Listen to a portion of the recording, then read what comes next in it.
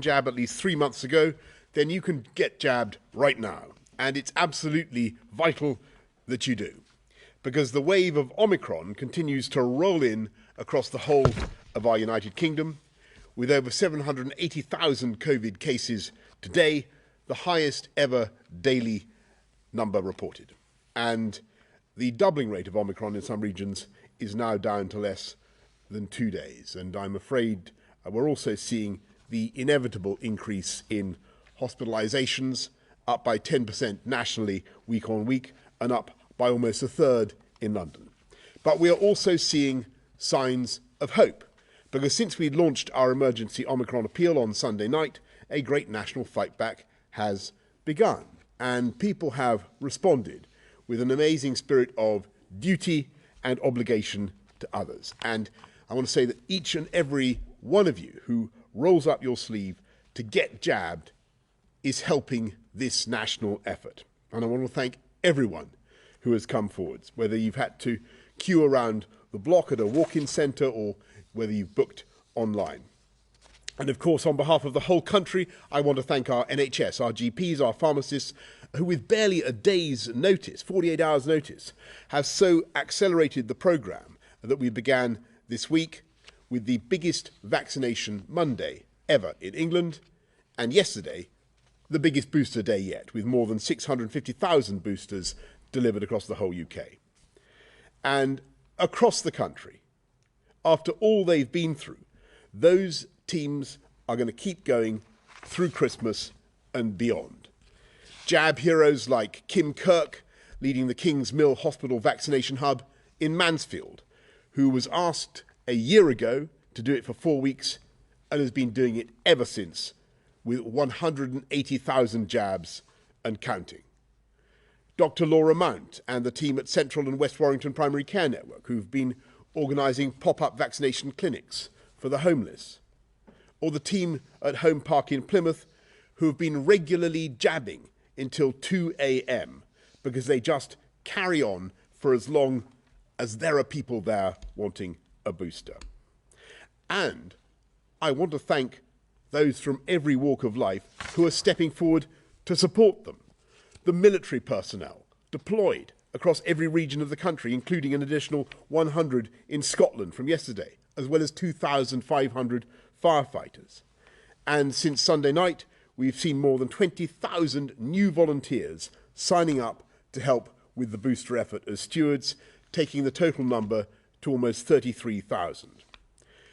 With every day, we're expanding the ranks of these healthcare auxiliaries, an emerging territorial army of the NHS in a race against time to get those jabs in arms and save lives. And if you're watching this and you want to get involved, just visit the website nhsvolunteerresponders.org.uk and do something this Christmas that you can tell your grandchildren about many Christmases from now. In total, we've boosted more than 45% of all adults in England, including more than 88% of those aged 70 or over. And while hospital admissions are going up nationwide, we're starting to see admissions coming down among some of the more vulnerable older age groups where we've already got those boosters in arms. From tomorrow, we're speeding things up even further by removing the 15-minute post-vaccination waiting time.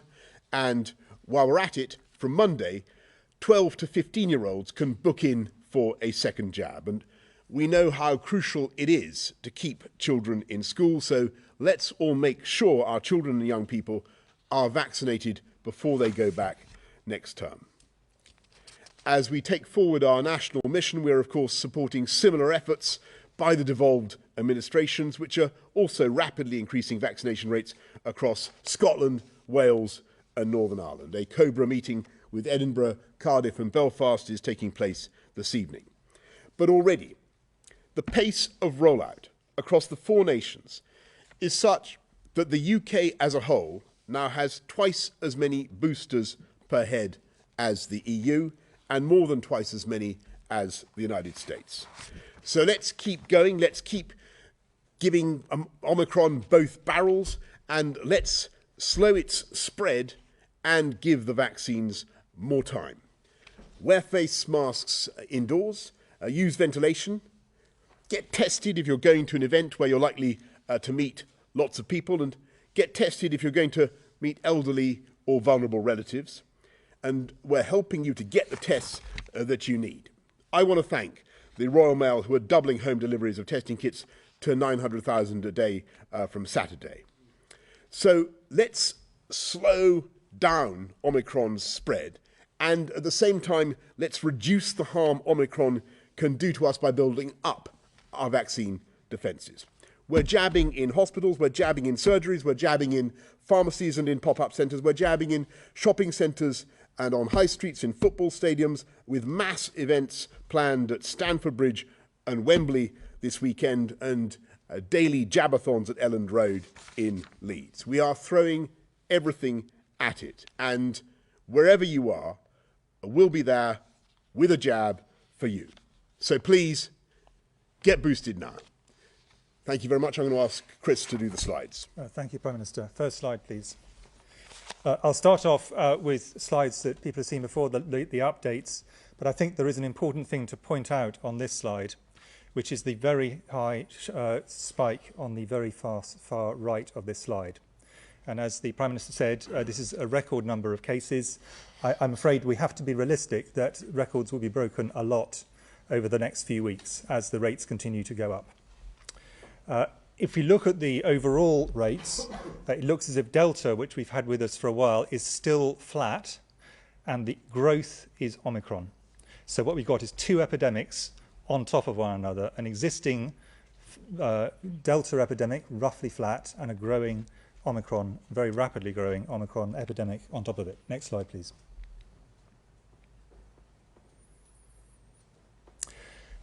When it comes to hospitalisations, this really always, of course, reflects where we were two or more weeks ago, and therefore the rates have remained reasonably flat over quite a while, reflecting where we've been with Delta over the last several weeks. So rates are currently flat, but they are beginning to increase in some places, particularly in London. Next slide, please. And deaths, of course, reflect what happened even earlier in time. And those are still, if anything, going down very slightly. But this, of course, doesn't reflect anything in terms of Omicron because the emergence of Omicron and its spread is far too recent. Next slide, please. Dr. Kanani is going to talk more about the vaccination in a minute, but I just wanted to give a visual picture of the speed at which the initial rollout, that's in blue, the second dose, which is in orange, and now the booster rollout is occurring in red. And as you can see, it's going up very rapidly and accelerating, and that will continue to happen over the next period of time. Next slide, please. When I showed this slide at the last session, people said they wanted a bit more time on it, and I want to make 2 points on it. What this shows is what the hospitalisation rates and different age groups, where in the dark bars are people who are not vaccinated and the orange bars are the people who are vaccinated with 2 doses. First point, this provides massive amounts of protection against hospitalisation against Delta. This is what we're showing. But what we're expecting to happen with Omicron is that some of that difference is going to be eroded because it is the vaccines are less well matched to the Omicron variant. This is what the laboratory data are implying. We don't have clear clinical data yet. And therefore, the point of the booster is to try and get people back to as good a position in terms of replicating this really good protection after they've had their booster dose. It will additionally provide protection against Delta and other variants. So that is really what we're aiming to do. But this is, when people say, do vaccines work? I really do think if people look at these data, they cannot really argue, except that vaccines are remarkable at working. But people do still go into hospital even when they're double vaccinated, and they will still go into hospital even after boosters. But their risks are much reduced. Next slide, please. Now moving on to Omicron. And what I'm showing here is a screening test for Omicron. These aren't genotype things. This is what's called S-gene target failure, but now any S-gene target failure pretty well represents an Omicron case. And the reason we're showing this is you get these data earlier than you get the data from the full genotyping. So it's more up to date. Now, I'd like to point out two things with this. The first of which is the count of numbers is now going up very fast. I'd like to point out also that the grayed out bars, those data are incomplete and will increase. Again, I saw some commentary that said, that shows it's going away next time. The last bits of data, and the same is true in the UK, it's also true incidentally in South Africa, the last bits of data will always increase as new data comes in. But both the numbers, but also the percentage of cases is steadily rising. So an increasing percentage of all of our cases is now Omicron. But that's not because Delta's going away, it's because Omicron's being built on top of that. Next slide, please. The final slide I wanted to show is really just to show that this is happening across the whole of England. It's also happening very clearly in Scotland and beginning to happen in Wales and Northern Ireland. But these are data from England. In London, now the majority of cases in London are going to be Omicron, and therefore that is going to be where we will be from the time we get to probably Christmas onwards. I would expect most cases going to hospital to start to be Omicron cases. I would like to make one final point before I hand on over to Dr. Kanani, which is I think that there has been a certain amount of commentary about the fact that doctors and scientists from South Africa, and I really want to pay huge tribute to South African science and medicine, what they've done so quickly has been remarkable, have indicated that there may be some reduction in the hospitalisation rates they're seeing with Omicron. And I want to put a really serious caution on this, because I think it has been overinterpreted. The first caution on this is simply a numerical one. If the rate of hospitalisation were to halve, but you're doubling every 2 days, in 2 days you're back to where you were before you actually had the hospitalisation.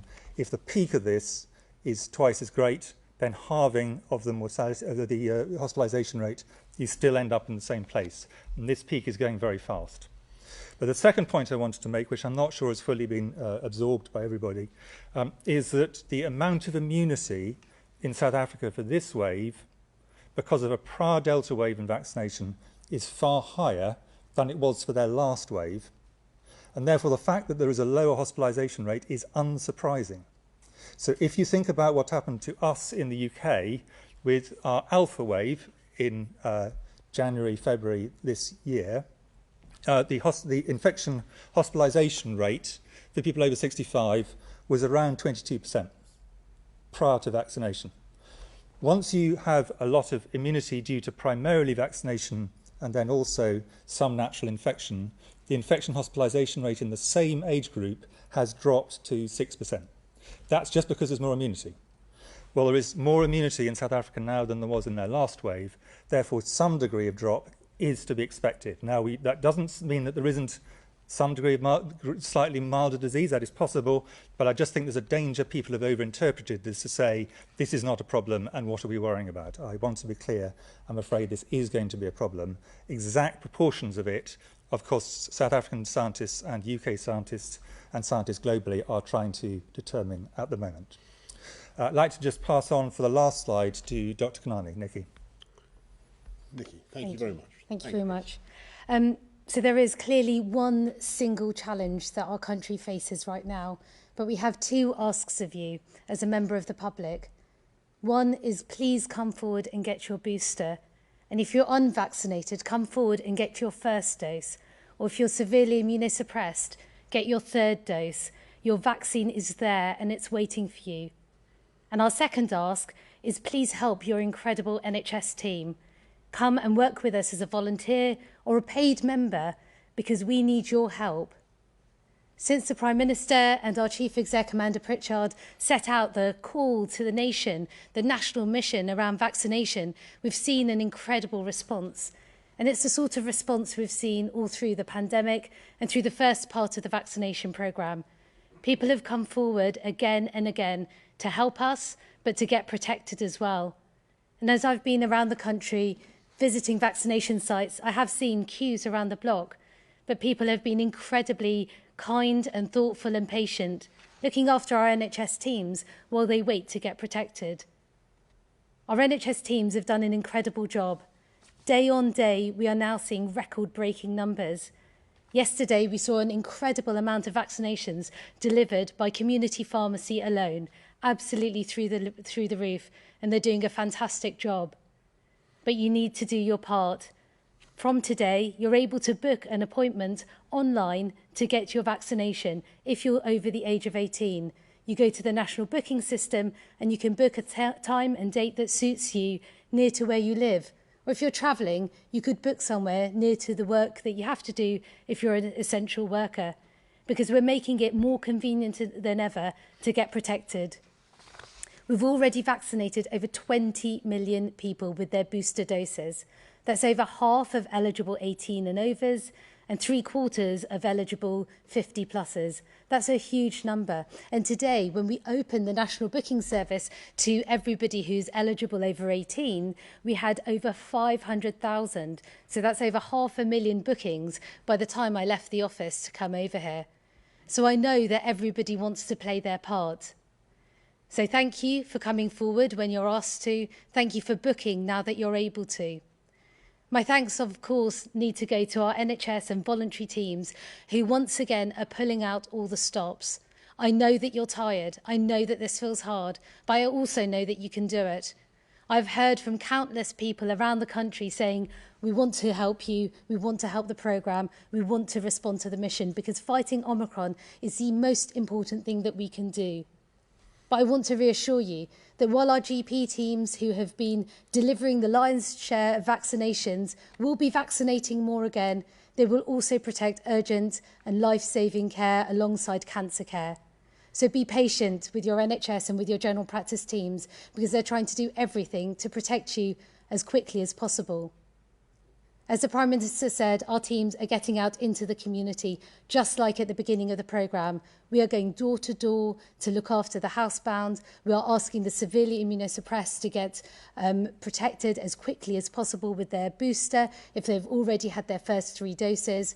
We're asking teachers to come forward during the school holidays to get protected before school starts again. We have got pop-ups, we've got mobile units. We're working with community and faith leaders to make sure that everybody has the opportunity to get this protection. So please come forward.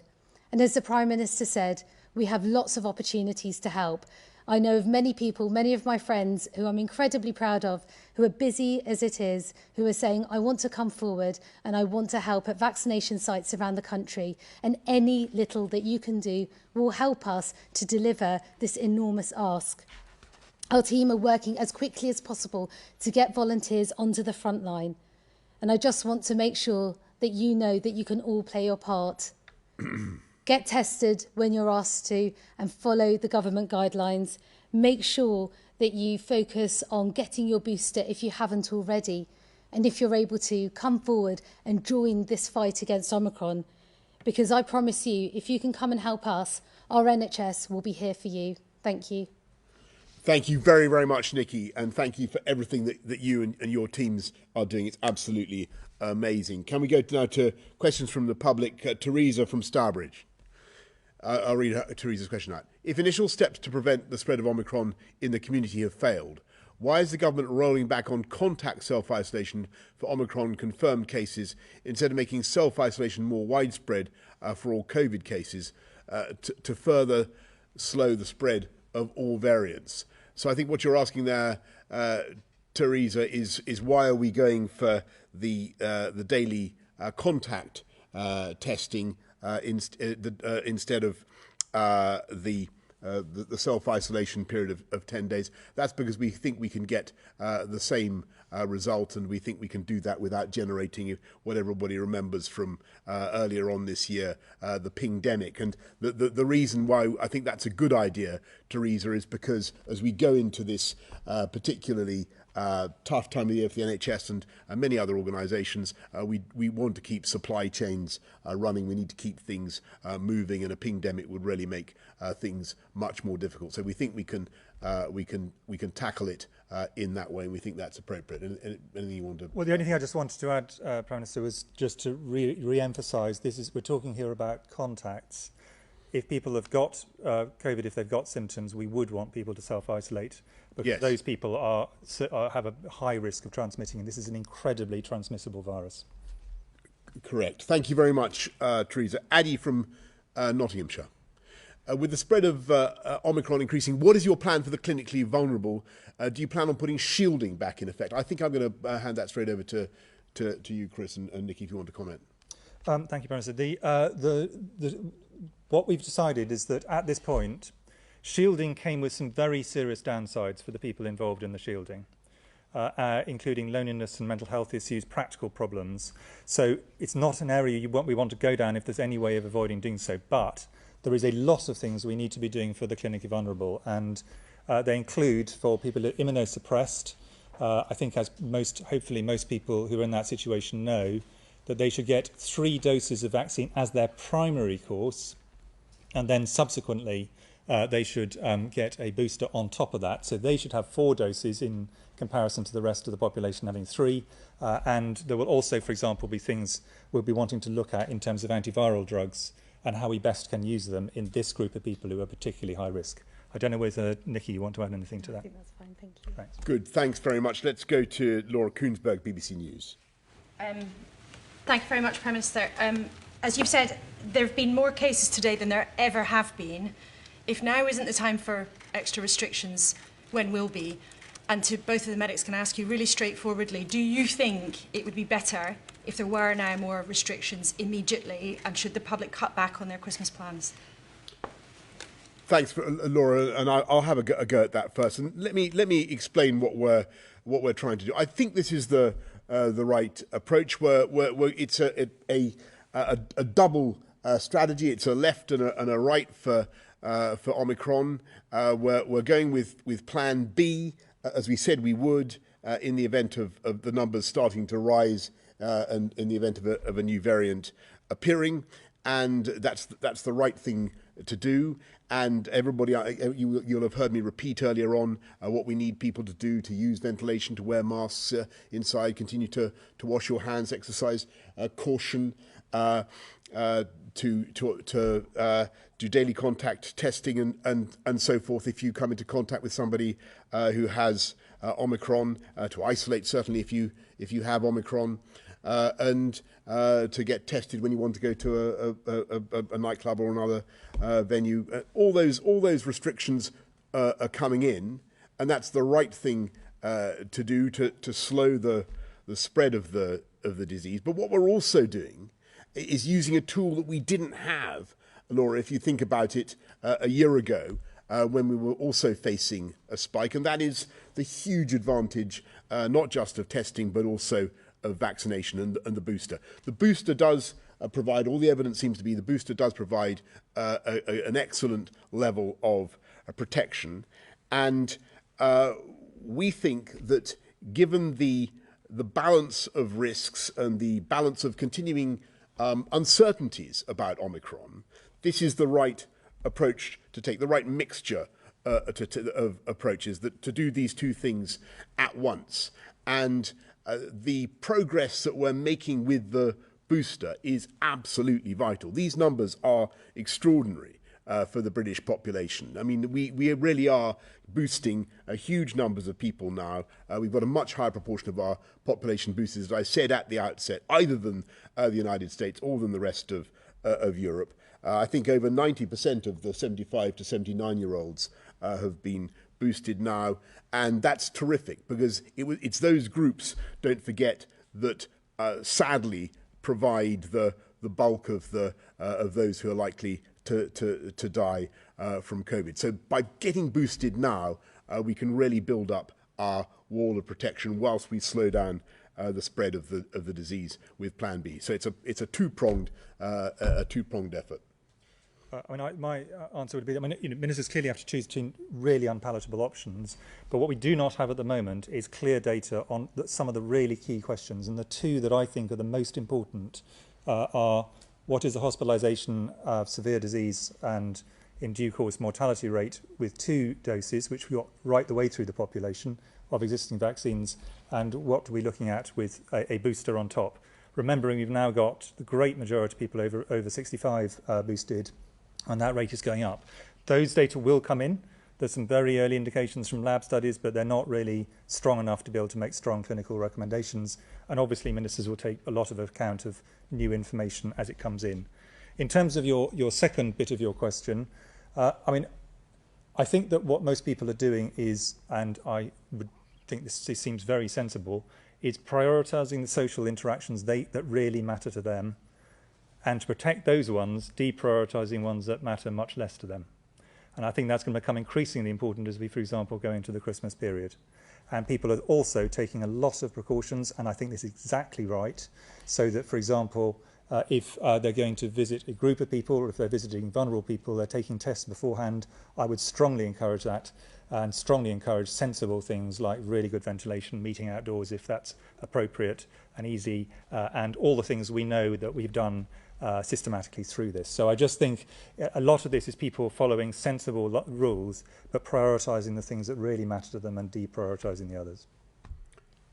Nikki. Thank you. I mean, all I would add is that my patients have had very mixed experiences through previous lockdowns, and some have been incredibly isolated and their mental health has really deteriorated. So everything that we can do as a public, as individuals, to reduce the burden of the disease, to get our boosters and to make those choices that Chris describes is right. I mean, I want to see my immediate family on Christmas Day, so I'm going to be really, really careful until I get to that moment.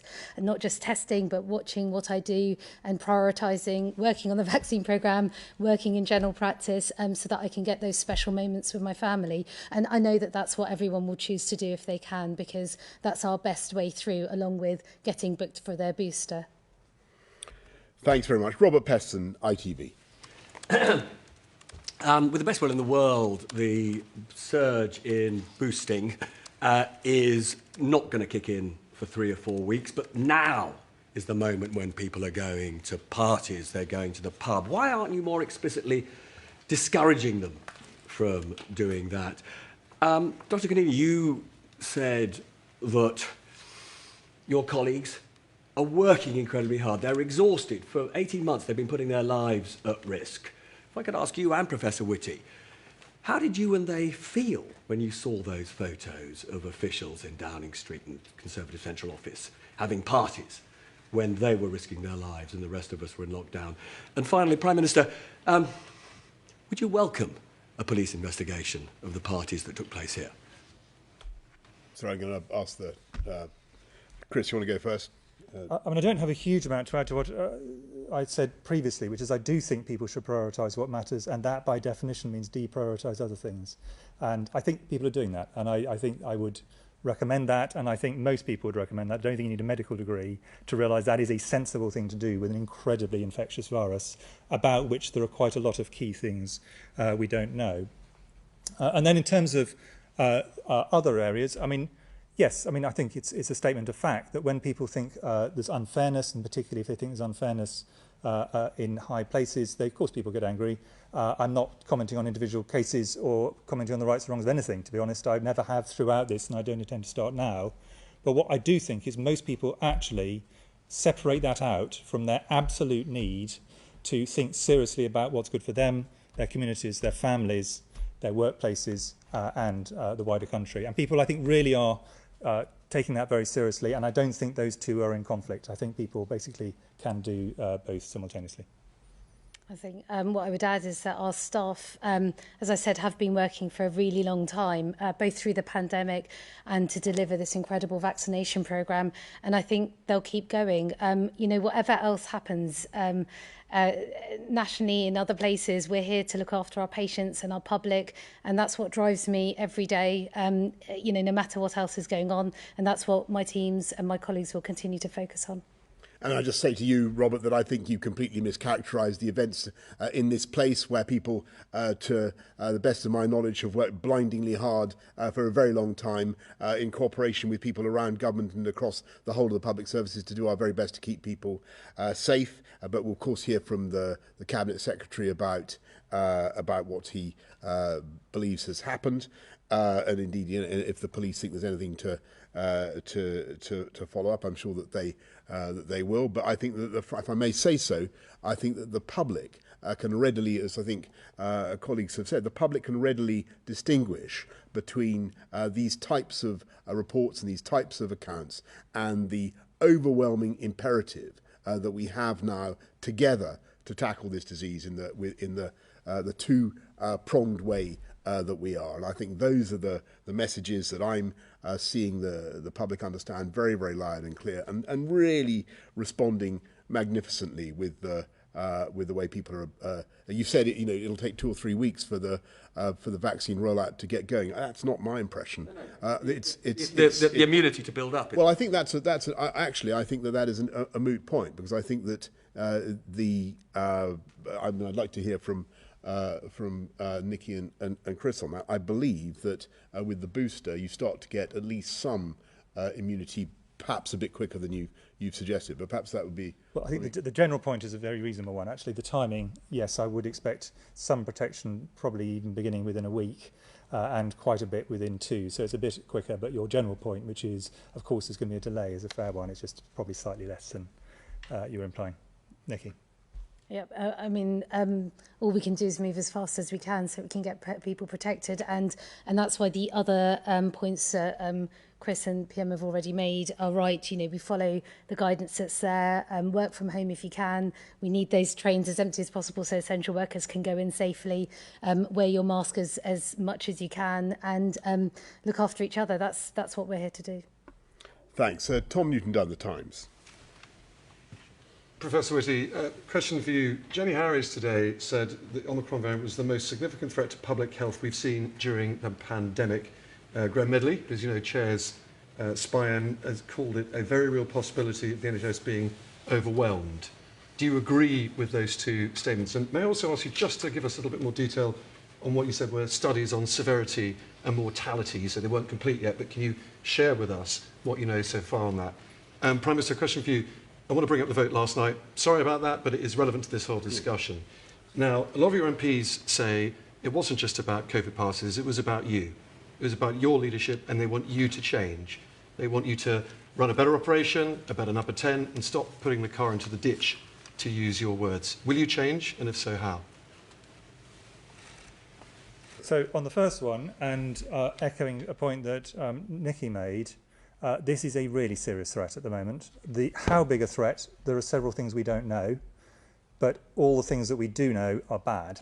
And the principal one being the speed at which this is moving. It is moving at an absolutely phenomenal pace, and therefore between the time that it first starts to really take off in a way people will be able to see, and the point when we get to very, very, very large numbers will be quite a short one, and that I think is part of the issue in trying to deal with this. So I certainly echo the fact that this is a very serious threat. I think to compare it to each of the very major threats we've faced, I think it's quite difficult, because as the Prime Minister said, we do have some things going for us this time, of which the most important is the existence of effective vaccines and the ability to boost at speed at this stage. So I think I do not wish to underestimate this, and for my NHS colleagues in primary and secondary care, I am afraid there will be an increasing number of Omicron patients going into the NHS, going into hospital, going into intensive cares, and the exact ratios we don't yet know, but that there will be substantial numbers, and that will begin to become apparent, in my view,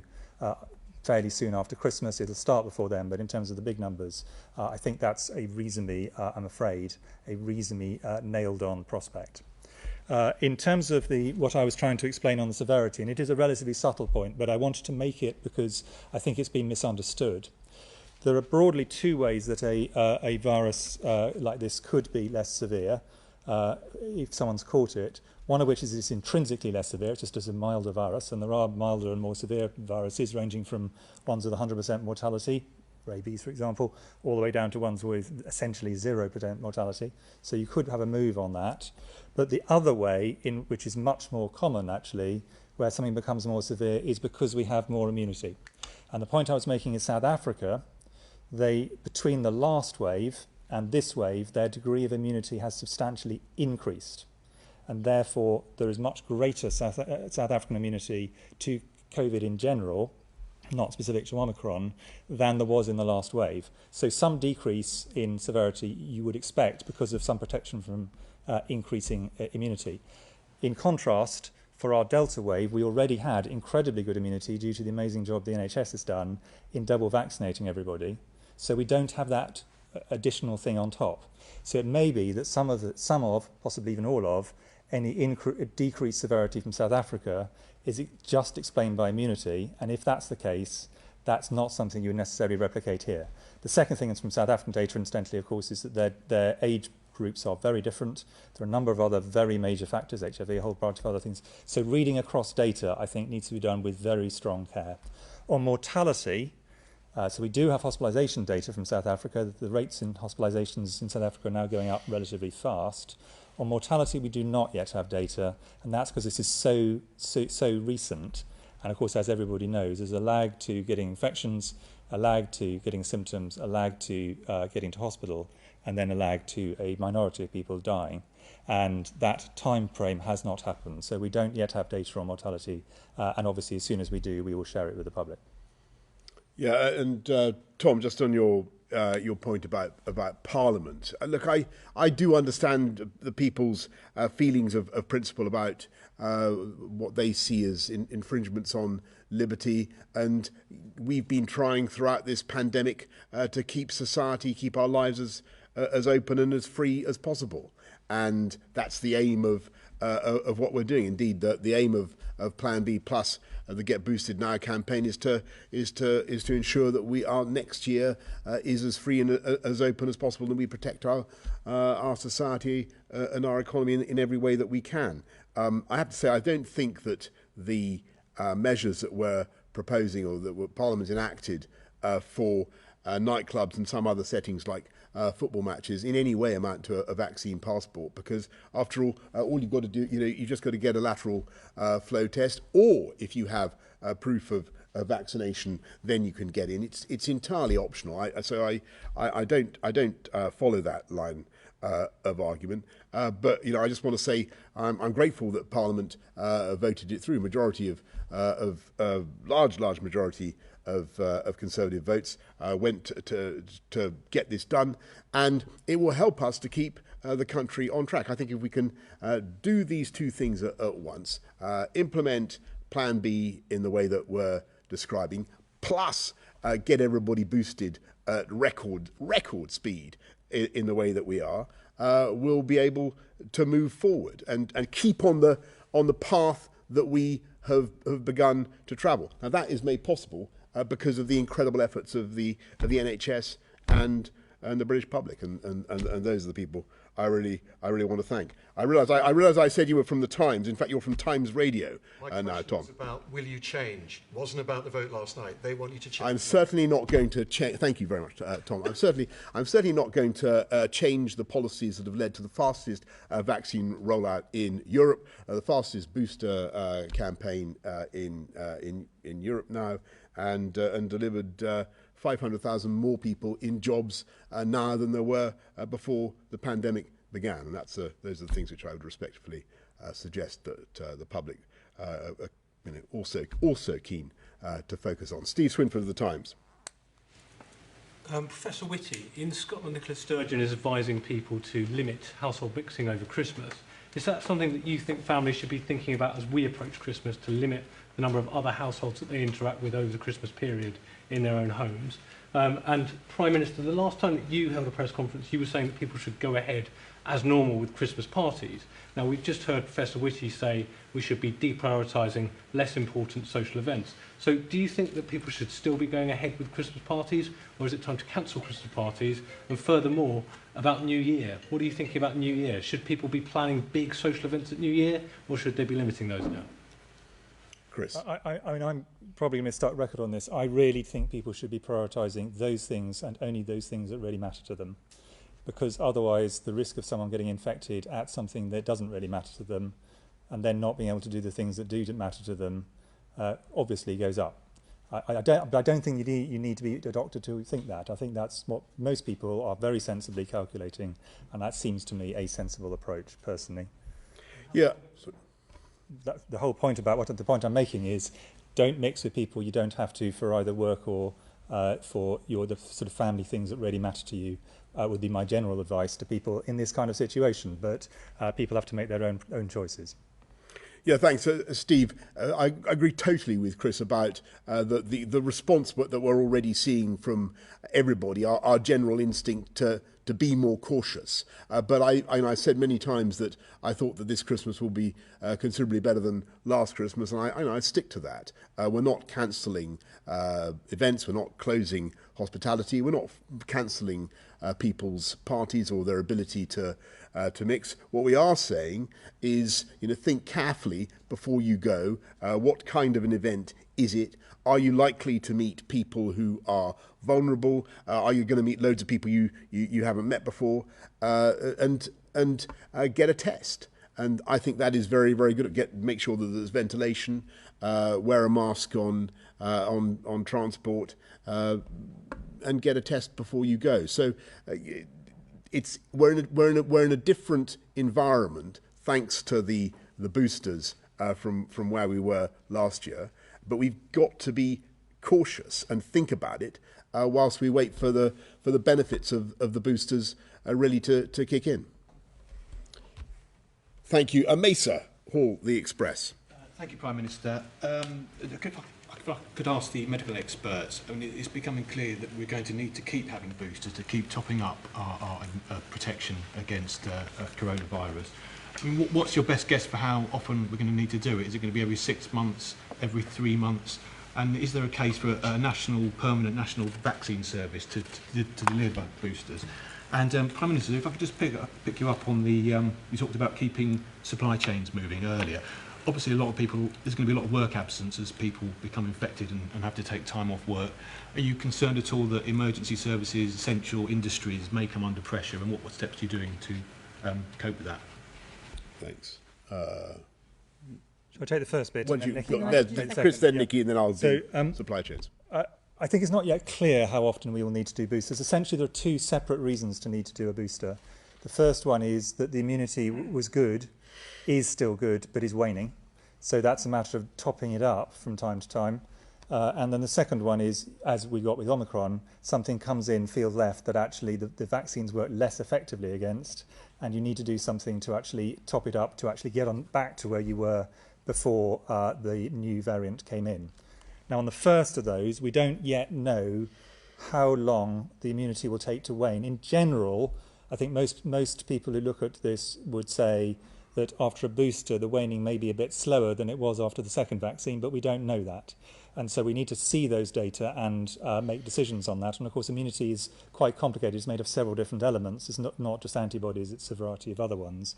But of course, whenever we do get a new variant, for the moment, we have to ask the question, does this need a new vaccine, as is being asked at the moment? Now, in the long run, my expectation is, and when the long run doesn't mean many years, but maybe not this year, in the long run, we would expect that we'll get what's called polyvalent vaccines, where you have multiple different forms of the virus in the same vaccine. And the reason that's important is it makes it a lot harder for the virus to evolve around that. At the moment, we've simply got a single thing based on the original strain. Once we've got those, I think new variants that can do as much change as Omicron will probably become rarer. Still may happen from time to time, but we do now have technologies that mean we can move them very quickly. That's a long answer, but I think it's something which a lot of people ask, so I thought it was probably worth laying that out. Dr. Kanani may want to comment on the second bit. Yes, thank you. I mean, it's something that we are obviously thinking about. How do we get the right vaccine infrastructure? Prior to the pandemic, which feels so long ago, we did have a vaccine infrastructure. It was our general practice and community pharmacy teams that would vaccinate children. It was our school teams that go in and vaccinate in schools. schools, and obviously our annual flu vaccination. So we're used to having to do things annually and cyclically, but we are definitely in a different position now, and we can't keep using sort of big venues every time. So we are putting that infrastructure in place. We are asking, obviously, as you've seen, our community pharmacy colleagues to step up, but we're also seeing that other venues are offering their services, not just now, but into the longer term as well. So as we learn what we need to do to respond to this variant, we'll build the infrastructure in the background so that once we know the sort of pattern that we're going to have to respond to, we'll have that infrastructure in place. And Mesa, to your point about supply chains, we're going to throw everything at it to try to sort it out. Actually, some of the issues that we saw earlier in the autumn have started to get better, like the HGV driver shortage. But we are going to make sure that we do everything we can. We're recruiting huge numbers of people, for instance, for the NHS, trying to help the care sector. So vital that we get the staff there. Daily contact testing rather than self-isolation, I think will help. I'm not going to pretend this is going to be necessarily as smooth as everybody would want, but we've got to get through it and repeat the key message. The best thing everybody can do is get boosted now. Get the booster fast as you can, and the higher our wall of protection. Andy Woodcock, Independent. If I could ask the medical experts, you've suggested that people will be prioritising family get-togethers on Christmas Day itself this year. I think a lot of people out there will be thinking that situation, you have multiple generations coming together from multiple households in close quarters, quite possibly very little ventilation, particularly if it's a cold day. I think people will want reassurance. Is it really advisable for that sort of event to go ahead? And could I ask all three of you, are you planning to, what are your plans for Christmas Day itself, and are those being scaled back? And to the Prime Minister, since the reports of various parties at Downing Street, or alleged parties at Downing Street, there have been polls suggesting a fairly sharp fall in public trust in politicians generally and in yourself personally. Keir Starmer today said that you didn't have the trust and authority to lead the country through this crisis. I was wondering, while the questions about alleged rule breaking are still unresolved at Downing Street, that is, are you still confident that you are the right person to be giving instructions and guidance to other people in a way that will maximise public compliance? Thank you. Chris and Nikki on Christmas. I didn't say what people would be doing. Some people prioritise Christmas Day and some people prioritise other things. All I was saying was people should prioritise what matters to them, and usually that is family, that different people from different traditions will take different approaches. In terms of, but Christmas is clearly the majority at this time of year. In terms of realistically, I think there's a high chance that my original Christmas plans with family are going to be interrupted. I hope it's not completely, but we shall see. And I also am very realistic about the fact that in advance of the situation where large numbers of people enter hospital, very large numbers of people in society, and that includes doctors, nurses and other healthcare workers, are going to get COVID at the same time, because this will be a very sharp peak, and there will be significant problems of people actually providing staff to man and to generally be able to look after any part of the health and social care system. And so people like me should keep some degree of flexibility to actually deal with the fact that actually we may end up with quite substantial gaps in rotas at short notice. And I just think that is, unfortunately, given what and this is back to Nikki's point, given how much difficulty my health and social care colleagues have had over the last 2 years, saying that is pretty depressing, because they have really, really had to stand up and go back again and again. But the reality is this speed of an onset is going to lead to lots of people getting ill simultaneously, and we have to be realistic about that. Thank you. Andy, this is our chance to make choices for each other and for our NHS. So my advice would be, if you're going to go to a stadium at the weekend, make it one where you can get your vaccine, or help out to give a vaccine, rather than going to watch a match. And to that point, if you're a role model in society, please get your vaccine, because actually it's dependent on all of us to show the way right now and to make decisions that help to protect society.